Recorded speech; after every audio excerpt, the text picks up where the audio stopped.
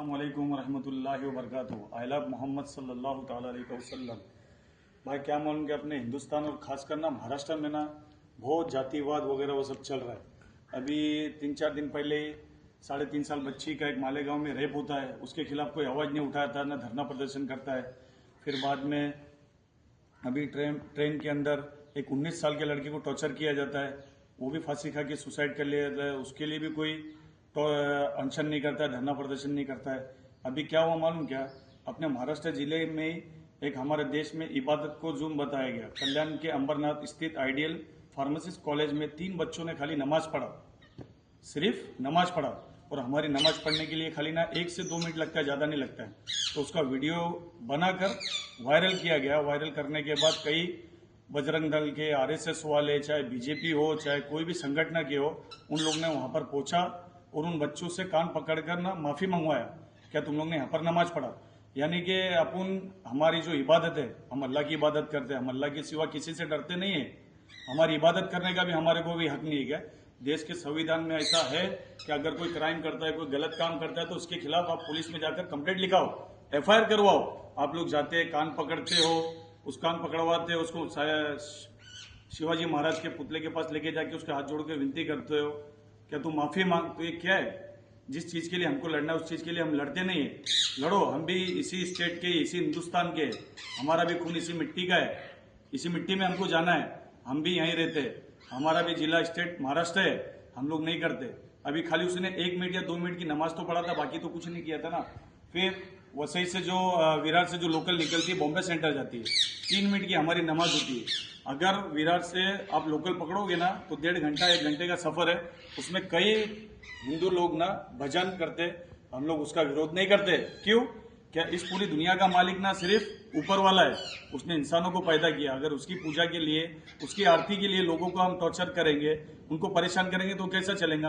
अब वो ट्रेन में बैठते हो, भजन करते 1-1.5 घंटे का, उसमें कई बुजुर्ग लोग, कई स्टूडेंट लोग, कई एजेड आदमी, कई एजुकेशन हासिल करने वाले डॉक्टर, इंजीनियर, वो ट्रेन में भी पढ़ाई करते हैं, उनको टाइम नहीं मिलता है, तो उनको डिस्टर्ब नहीं होता है क्या? उनके खिलाफ कोई आवाज उठाता नहीं।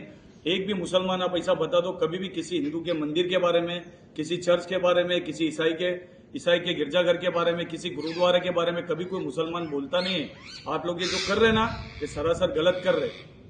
ऐसा मत करो। जिस चीज के लिए लड़ाई लड़ना है ना, उस बच्ची का 3.5 साल की लड़की का उसने रेप किया, आप वहां पर तो नहीं पहुंचे। अर्नव खैर मरा फांसी लेकर, 19 साल का लड़का स्टूडेंट था, आप उसके लिए नहीं लड़ रहे, उसके लिए धरना प्रदर्शन नहीं कर रहे।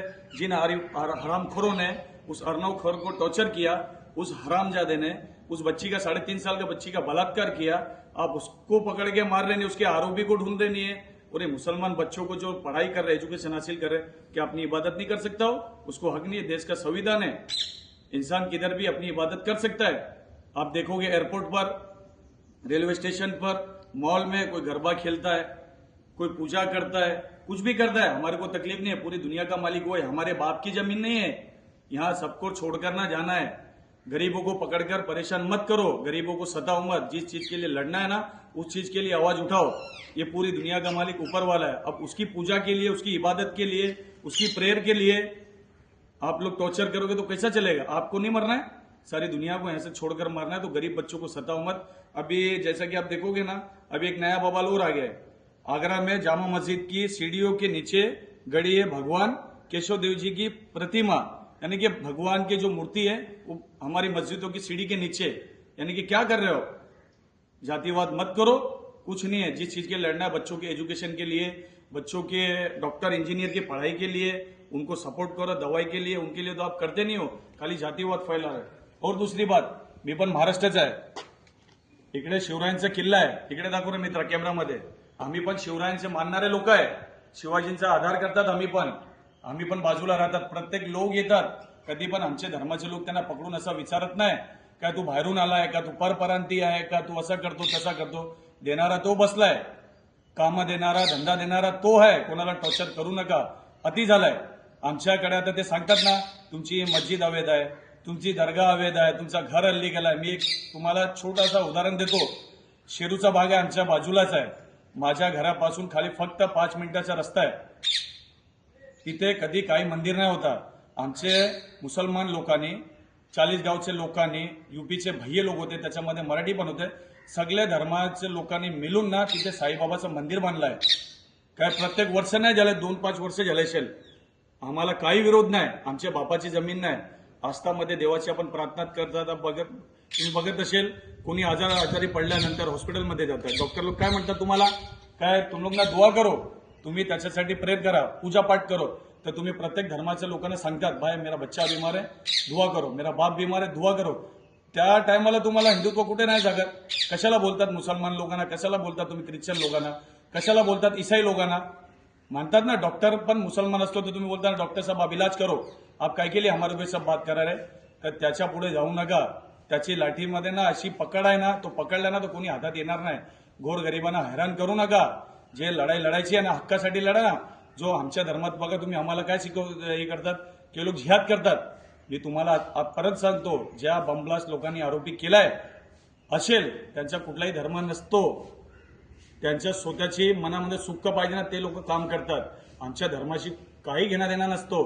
आता बमब्लास्ट ट्रेनमध्ये पण झालेला 20 वर्ष ते लोकांनी त्यांच्यावर गुन्हा दाखल झालेला, 20 वर्ष झाले. कोर्टाने त्याला निर्दोष मुक्त केलाय. निर्दोष मुक्त केलाय म्हणजे काय, सुप्रीम कोर्टाने त्यांच्यावर हे केलाय की कुठलाही आरोप यांच्यावर होता नाही. तर कोणाला गोरगरिबांना तुम्ही हैराण करू नका, परेशान करू नका. ज्यासाठी लढायचंय लहान पोरेचे एज्युकेशनसाठी, पैशासाठी. किती लोक आमच्याकडे पण येतात, बाबा हमारी मदत करो, स्कूल की फीस नहीं है, दवाई लेने का हॉस्पिटल में पैसा भरने के लिए पैसा नहीं है. ज्यासाठी आपल्याला लढाई लढायची लढा. हा कोणाला गोरगरिबांना हैराण करू नका. ते लोकांनी 3 मिनिटासाठी नमाजच पाठण केलेली ना, आणखीन काय केलं नाही ना. तुम्हाला असं वाटत होतं तर तुम्ही जाऊन तुम्ही FIR करा ना पोलीस चौकीमध्ये. संविधानमध्ये लिहिलं ना, आपल्या देशामध्ये आहे ना कानून. कोणाला हैराण करतात तुम्ही. आमची काय आता आम्ही इबादत पण करू शकत नाही का, पूजा पण करू शकत नाही का. आमचे पण चिक्कार मित्र आहे, आम्हाला पण चिक्कार लोकांचा फोन येतो, बाबा बघा तो भैयाला हैराण करतो, त्याला हैराण करतो. कोणाला तुम्ही नुसता हैराण करतात. असे काम करू नका. लोकांना जगून द्या. नुसतं मी आता पण तुम्हाला परत सांगतो, आम्ही पण इकडचेच आहे. आमची मराठी अशी आहे ना, आम्ही कोणाला कधी पण हॅरेसमेंट करत नाही. आमच्या धर्मातनं शिकवलंय काय तुम्ही कोणाला गोरगरिबांना हैराण करा, त्यांना टॉर्चर करा. करायचे असेल कोणाला, जो श्रीमंत असतो गोरगरिबांना तो हैराण करतो, मारतो, त्याच्यासाठी लढाई लढा ना. आमच्या धर्मामध्ये जिहादचं म्हणजे काय हेच आहे. चाहे आमची जाती पण राहिला ना, तो कोणाला गोरगरिबांना हैराण करतो, कुठली बेवारस असेल त्यांना परेशान करतो, त्या हरामखोरला मारायला असली जिहाद आहे. हे जिहाद नाही नाहक लोकांना मारायचा, बेगुन्हा लोकांना मारायचा, त्यांना परेशान करायचा आमचा धर्मच नाही शिकवतो. आता शिवाजी राजांचा आमचा किल्ला आहे वसई गावामध्ये. परत तुम्हाला सांगतो, आम्ही शिवाजी महाराजला पण मानतो. आम्ही त्यांचा कधी निषेध नाही केला. त्यांचे बोललेले, त्यांचे कामं केलेले त्या रस्त्यावर आम्ही चालतात. आणि तुम्ही लोकांना हैराण करतात. माझं नाव जब्बार रशीद खत्री आहे. मी वसई गावामध्ये राहतो. ज्यासाठी आपल्याला लढाई लढायची ना, तुम्हाला करायचे असेल ना चांगलं काम, तर तुम्ही या सरकारी हॉस्पिटलमध्ये मग प्रत्येक जातीचे लोक लाईन लावून ना औषध घ्यायला टाइम भेटत नाही त्यांना, लाईन लावतात. तर त्यांना सपोर्ट करा, तिथे मांग करा, आम्हाला डॉक्टर पाहिजे, आम्हाला नर्स पाहिजे. त्यासाठी आपण करत नाही. ज्यासाठी आपल्याला लढायचं ते आपण लढत नाही. असं करू नका. सगळ्यांना जगून द्या, गोरगरिबांना मारू नका. जय हिंद, जय महाराष्ट्र.